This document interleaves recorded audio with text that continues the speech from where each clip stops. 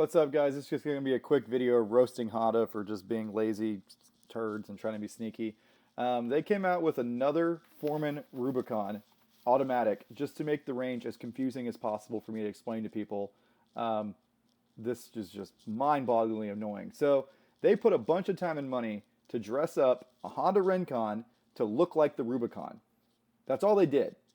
And I don't know why, because no one buys the Rincon anyway.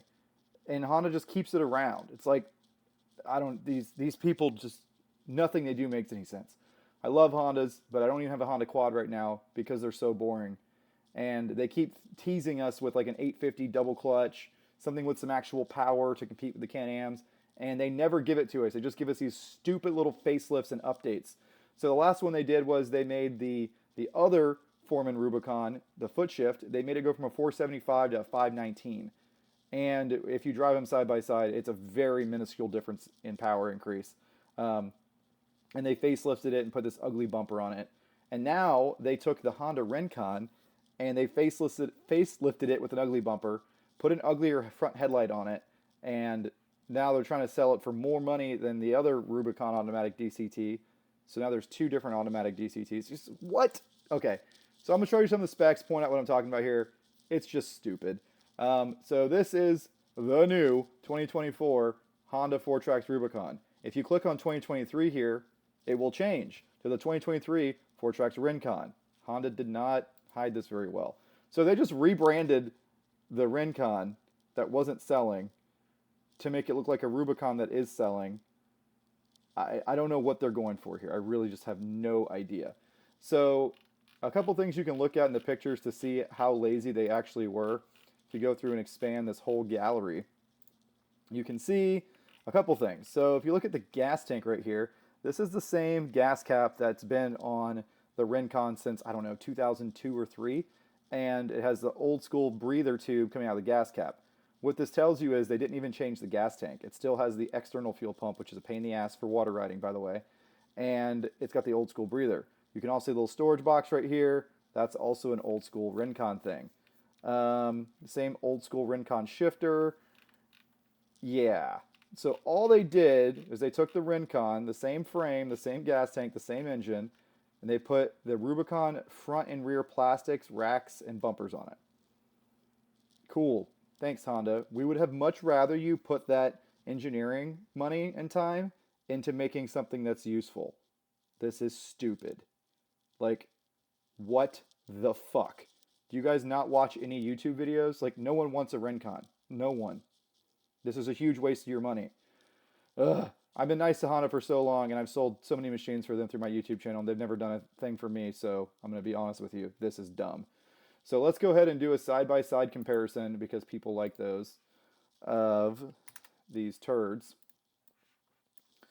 Okay, so actually I have to full screen this first in order to make it work. There we go. So here's the 2023 versus 2024. Rubicon, Rincon. Let's look at the specs and see what actually changed. Oh, absolutely nothing at the engine. And the drivetrain.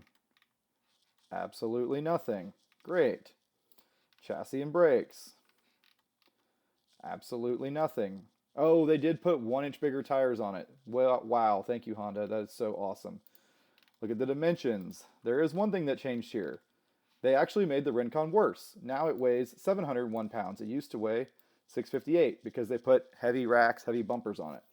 Got the same fuel tank, same turning radius. Yes, the rack capacity is increased. The towing capacity is still pretty pathetic compared to every other ATV on the market. So it might be a more useful exercise is to duplicate this, full screen it, and let's compare it to the old Rubicon, which isn't really the old Rubicon, it's kind of the middle Rubicon, because the old Rubicon was solid rear axle, and it was a weird, like, hydrostat, I don't know, monster transmission thing. Oh, I gotta full screen this again, because you can't get to the specs, so you put it in half screen, because the website's dorky. Okay, let's compare it to the foot shift Rubicon. This is similar to the one I ran last weekend in the Bounty Hole. So yeah, you got a lot more displacement. That's great. Yeah, you got a lower compression ratio, actually, but you have 4 valves per cylinder versus 2 valves per cylinder. and you get a bigger throttle body. So the Rincon makes decent power. No one's denying that. The problem with the Rincon is that it's got 3 forward gears, and it's geared extremely high. So the Rubicon has 5 forward gears, and it's geared about twice as low if you compare it to the Rincon, if you look at the actual ratios. Now, the Rincon does have a torque converter, which obviously works as a little bit of a stall, and that gets you some more torque. But this Rincon motor is the same motor as in the Pioneer 700. And if you've ever seen a Pioneer 700 in the mud, all it does is bog and sound like shit because they're geared way too high. You have to put portals on a Pioneer 700 to effectively turn a 28-inch tire. That's pathetic.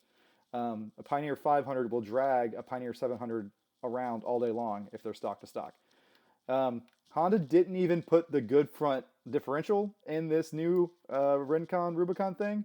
That was just ultimate laziness. It still has the torque sensing front differential, which everyone knows is just a really, really lazy limited slip that does absolutely nothing, even on stock tires. The new Rubicon Rincon is also more expensive, and it has less suspension travel, front and rear. So yeah, there's just no reason to get it. It's got smaller front brakes. Okay, it's so stupid. I don't know what they're smoking.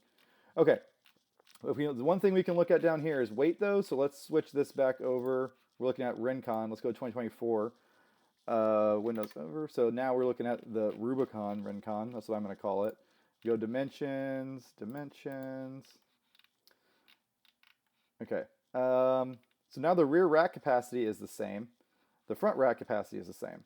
But the rear Rubicon, tows significantly more because it doesn't have a bullshit 3-speed torque converter transmission. What else can we look at here? They didn't give us turning radius on the Rubicon, but most of the other dimensions are very close. I guess the Rincon has even less ground clearance, 9.5 versus 9.7, even though it's coming on 1-inch bigger tires. So yeah, it's just the old Rincon, guys. There's nothing really to say here. I don't know why I'm making this video so long. The one thing Honda could have done with this thing, they could have put the gears out of a Pioneer 700 in the subtrans. So in the back of this motor, right in here, there's your reverse and your forward gears. I've been doing this for, I don't know, 20 years it seems like, taking the gears out of the original Honda Big Red side-by-side or the Pioneer 700 and dropping them into the back of this motor for like a 28% reduction. That's pretty cool that you can do that. Honda may have done that in this model. I kind of doubt it because it would have lost so much top speed, but the fact that they put a 26-inch tire makes me think they might have. I mean, that would be cool, but it still doesn't have a front locker, so it's not going to be competitive in the mud. And even with that 28% gear reduction, you can really only go up to about a 28-inch tire, a light 28. So this thing's never going to be competitive for like hardcore off-roading like the Rubicon is because it's 3-wheel drive and it's geared too high. So I really just wish Honda would stop doing this little faceless shit and do some actual engineering and give us something that's cool and fun and can do wheelies like a Can-Am.